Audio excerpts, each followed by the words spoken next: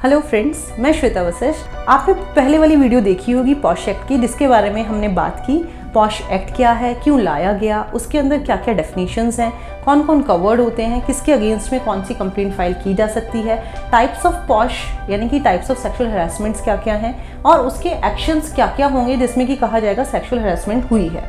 तो इसके अंदर अगर हम एक छोटी सी समरी ले लेते हैं, उसके बाद हम आज की वीडियो में देखेंगे कि क्या क्या है।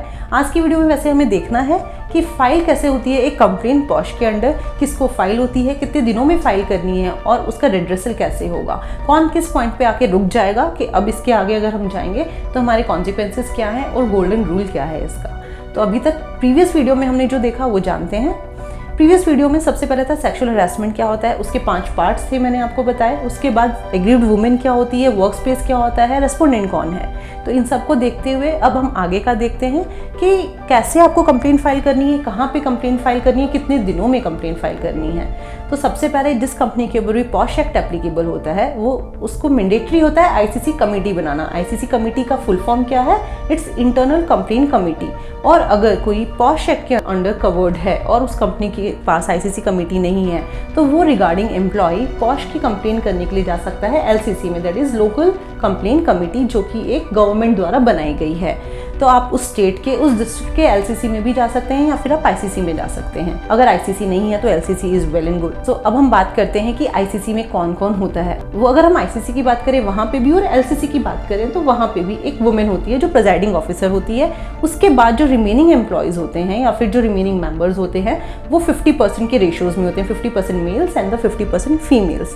तो इसलिए आपको बहुत ईजी होगा अगर आप कंप्लेंट फाइल कर रहे हो तो एक वुमेन एम्प्लॉय अगर कोई कंप्लेंट फाइल करने जा रही है तो उसको वुमेन के साथ डिस्कशन करना बहुत सुटेबल फील होता है, बहुत इजी एंड कंफर्ट जोन में रहता है। तो इसीलिए आईसीसी कमेटी में हर एक का कॉन्टैक्ट नंबर, उनकी मेल आईडीज़ और उसको क्या टाइमिंग्स हैं जब आप उनको कॉन्टैक्ट कर सकते हो, ये सब चीज़ें ध्यान में रखते हुए हर एक कंपनी के नोटिस बोर्ड पे आईसीसी कमेटी के कौन कौन मेंबर्स हैं, उनका कॉन्टैक्ट नंबर क्या है, उनकी मेल आईडी क्या है, सब कुछ लिखा हुआ रहता है। तो आप उसको हमेशा अपने पास एक सेफ जोन के लिए रख सकते हैं ताकि जिस दिन भी सेक्सुअल हरासमेंट का इंसिडेंस आपके सामने आए you can directly go and complain for about this.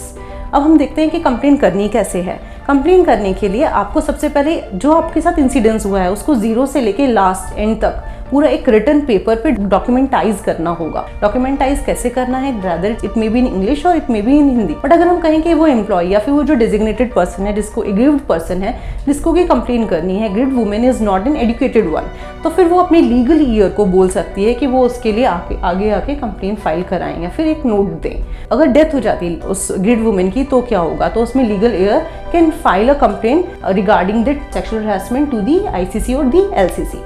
अब हम बोलते हैं कि ठीक है, इंसिडेंस तो हुआ, हमने एक रिटन नोट भी तैयार कर दिया, आईसीसी में अब हम लोग चले भी गए, तो कितने पीरियड के अंदर आपको वो कंप्लेंट फाइल करानी है। तो हमें कहा जाता है कि जिस दिन इंसिडेंस हुआ है उसके 3 मंथ्स के अंदर अंदर आपको जाना है आईसीसी कमेटी के पास। बट इन केस आज आपने सोचा आज आप ऑफिस आए और आपके साथ इंसिडेंस हुआ, आपने सोचा कि ठीक है कोई बात नहीं, आज के लिए हम सेटल डाउन करते हैं, मैंने वार्न कर दिया है, नेक्स्ट डे इंसिडेंस नहीं होगा। But next day again the same incidents happen या फिर डिफरेंट होता है, बट हाँ इंसिडेंस हुआ जो कि सेक्सुअल हरासमेंट के अंडर कवर्ड हुआ। तो हमें क्या करना है, तो हमें नेक्स्ट डे एक और सीरीज हुई तो हम लोगों ने ठीक है फिर से वार्न कर दिया। बट अगर 3rd डे 4th डे और इन केस के एक रेगुलर सीरीज ऑफ इंसिडेंट्स चलते रहे तो 3 मंथ्स हम कहाँ से कंप्यूट करेंगे, तो 3 मंथ्स वहाँ से होंगे जिस दिन लास्ट इंसिडेंस हुआ, वहाँ से लेके 3 मंथ्स दैट इज 90 डेज के अंदर अंदर आपको आईसीसी कमेटी के पास जाना है और उनको कंप्लेन फाइल करानी है। अभी ये पीरियड तो ठीक है हमने देख लिया कि 3 मंथ्स के अंदर हम लोगों ने फाइल कर दी, बट उस पीरियड में होगा क्या, क्योंकि अगर वो मेरा मैनेजर है या फिर एक ऐसा पर्सन है जिसके अगेंस्ट में मैंने कंप्लेन फाइल किया, जिसके पास बहुत अथॉरिटी है, पावर है, तो क्या वो मेरे उस कंप्लेन के रिगार्डिंग में मेरी इमेज को ख़राब नहीं कर सकता क्या, या फिर क्या पता कि मेरे को एक फियर हो कि हाँ ठीक है मैं अब कल ऑर्गेनाइजेशन में जाऊंगी क्योंकि उसको पता चल गया है कि मैंने कंप्लेन तो फाइल कर दी है, उसको भी ये चीज़ इन्फॉर्मेशन है क्योंकि वो अब रेस्पोंडेंट है, तो फिर आईसीसी कमेटी उनके पास भी जाएगी, एक ऑप्शन देगी कि राइट ऑफ बीइंग हर्ट। तो इसीलिए हमें ये देखना है कि आईसीसी कमेटी हमें क्या बोल रही है। तो आईसीसी कमेटी के पास एक राइट है कि वो 3 पीरियड के अंदर अंदर आपको पेड लीव्स दे सकती है या फिर आपको ट्रांसफ़र कर सकती है किसी और प्लांट में उस टाइम के लिए, जब तक कि आप लोगों की कंप्लेन का कोई सोल्यूशन नहीं निकल के आता। अब स्टार्टिंग में क्या होता है, अब ठीक है मैंने डिसीजन तो लिया, बट अब क्या अगर वो एग्रीव्ड वुमेन ने आईसीसी कमेटी के पास जिसने कंप्लेन कराई उसने गलत बोला हो, तो क्या पता रेस्पोंडेंट हो ही ना एलिज्ड, या फिर जो एग्रीव्ड वुमेन है उसने जानबूझ के ये चीज़ कंप्लेन फाइल कराई हो किसी उसकी रेपुटेशन को खराब करने के लिए। तो इसीलिए आईसीसी कमेटी पहले ही एक डॉक्यूमेंट पे साइन कराती है जिसमें वो बोलती है रेमेडी अगर हुआ तो किसके केस में होगा, और अगर जिसके बिहाफ में होगा तो उसका अगेंस्ट वाला पर्सन उनको क्या क्या वे आउट्स देगा या फिर क्या कंसिडरेशंस देगा, क्या उनके पास सोल्यूशंस होंगे जिसको उन्हें दोनों को बाइंड है फॉलो करने के लिए। तो हमें ये चीज़ हमेशा ध्यान रखनी है कि किसी की रेपुटेशन को ध्यान में रखते हुए ही हमें कंप्लेन फाइल करानी है, कोई फेक या फिर कोई बोगस कंप्लेन्स ना हो, वो ध्यान रखा जाए। थर्डली, अब हमने ये तो बोला कि ठीक है 3 मंथ्स के अंदर अंदर आपने कंप्लेन फाइल करा दी, बट उसके बाद अब वो कितना टाइम लेगी आईसीसी कमेटी ये देखने के लिए, तो 3 मंथ्स का टाइम उसको दिया गया है कि आप 3 मंथ्स यानी कि 90 डेज के अंदर अंदर डिसाइड करो, डिग इन करो और देखो कि कौन गलत था। अगर उस पीरियड के अंदर कोई रेजोल्यूशंस निकल पाता है तो फिर वेल एंड गुड, और अगर नहीं होता तो they can give a reason for the extension, but provided restriction यही होती है कि 3 मंथ्स के अंदर अंदर रेजोल्यूशन निकल के आ जाए। उसके बाद with in 10 days of that complain एक रिपोर्ट देगी आईसीसी कमेटी मैनेजमेंट को भी और एक उस एम्प्लॉय को भी, जिसमें कि दिया जाएगा कि क्या क्या एक्शंस अब आईसीसी कमेटी को लेने हैं या फिर जो उन्होंने रेजोल्यूशंस निकाला है उसका अब एक्शन क्या होगा आगे। Within 60 days the employer shall act upon the recommendations of the committee. इसका मतलब कि अगर टॉप मैनेजमेंट के पास राइट है कि वो उन एक्शंस को ले या फिर ना ले, बट हाँ रिकमेंडेशन जरूर होती है आईसीसी कमेटी की टू दी मैनेजमेंट। तो हमें ये ध्यान रखना है 3 months with in the incidents complain करानी है। 3 मंथ्स के बाद नेक्स्ट 3 मंथ्स आईसीसी कमेटी के पास टाइम है जिसमें कि वो कंप्लेन का कोई ना कोई रेमेडी निकालता है, और उसके बाद विद इन 10 डेज रिपोर्ट जाती है आईसीसी कमेटी की मैनेजमेंट के पास, और उसके बाद हमारे एक्शंस होते हैं। अब हमने ये देखा कि आपने कंप्लेन तो फाइल करा दी, बट अब क्या अगर कोई बंदा जिसने कंप्लेन फाइल कराई है उसके पास क्या क्या राइट है। अगर लेट सपोज कि मैं रिस्पोंडेंट हूँ और मेरे अगेंस्ट में जब कंप्लेन फाइल हुई तो मेरे को लॉस ऑफ प्रेस्टीज हुआ या फिर मेरा लॉस ऑफ रेपुटेशन हुआ, तो इन सब का एक मॉनेटरी कंसिडरेशन निकाला जाएगा जिसमें कि एग्रीव्ड वुमेन को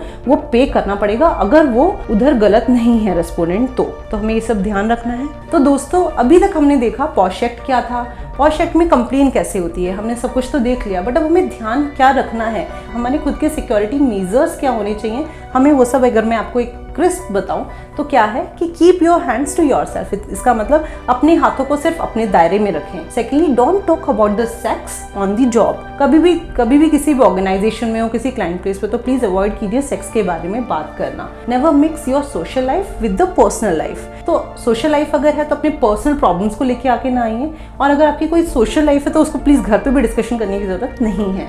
similarly, keep any compliments casual and fairly impersonal. Last one is the avoid jokes, words, phrases and respect the personal space of the person and don't respond to the seductive behavior। अब इन सब का मतलब क्या है कि आप कभी भी किसी भी ऑर्गेनाइजेशन में हो तो फिर अपने पर्सनल बिहेवियर को उतना ही रखें जितना कि वो सामने वाला बंदा चाहता है। अगर मैं चाहती हूँ कि मेरे को पर्सनल स्पेस दिया जाए, मुझसे बारी बारी आके बात ना की जाए, कोई अगर आपको ये मना कर रहा है तो प्लीज़ अवॉइड इट, उसके पास जाके खड़े मत होइए, वो भी एक सेक्सुअल हैरेसमेंट में कवर हो सकता है।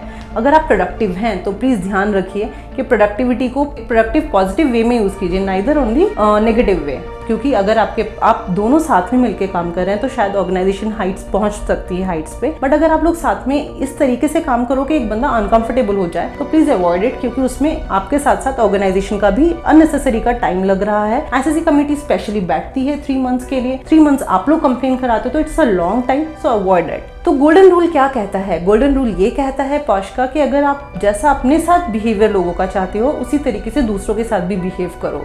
इसी के साथ अब मैं एक समरी लेना चाहूंगी इस वीडियो की, इसमें हमने कहा कि कंप्लेन कैसे फाइल होती है और कौन कौन कंप्लेन फाइल करता है, कितने दिन में कंप्लेन फाइल करनी चाहिए, फाइल करने के बाद रेमेडीज क्या क्या है और कितने दिन के अंदर आपको उनका रेमेडीज का सोल्यूशन मिल जाता है। तो हम लोगों ने कहा कि 3 मंथ्स के अंदर अंदर आपको जिस दिन भी आपके साथ सेक्सुअल हैरेसमेंट हुआ उसके 3 मंथ्स के अंदर अंदर आपको कंप्लेन फाइल करानी है, रिटन कंप्लेन।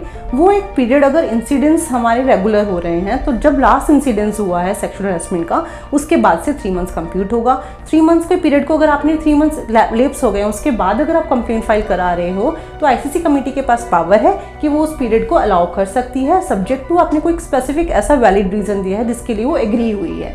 उसके बाद नेक्स्ट 3 मंथ्स का पीरियड एक ऐसा पीरियड होता है जिसमें कि आईसीसी कमेटी देखती है कि what is the actual incidence and वो कैसे हुआ, कौन उसके अंदर एक्चुअल में ऑन दी फॉल्ट पार्ट था। Third is the 10 days. 10 days का पीरियड वो होता है after 3 months of observation by the SEC committee. 10 days में वो एक अपनी रिपोर्ट देती है मैनेजमेंट को और एम्प्लॉयर को हम कह सकते हैं, जिसमें वो कहती है कि हाँ ये एक रिपोर्ट थी, हमारी ऑब्जर्वेशंस ये कहती हैं और कंप्लेन हमारे पास ये आई थी। उसके बेसिस पे एक कंक्लूजन निकलता है और मैनेजमेंट फिर डिसाइड करती है कि ठीक है रेजोल्यूशंस क्या होने चाहिए। तो दोस्तों मैं आशा करती हूँ कि आपको ये एक्ट समझ आया होगा, पर अंत में एक गुजारिश है कि अपने पर्सनल इश्यूज़ को ध्यान में रखते हुए किसी की रेपुटेशन को हानि पहुँचाने के लिए इस एक्ट को इस्तेमाल ना करें। शुक्रिया।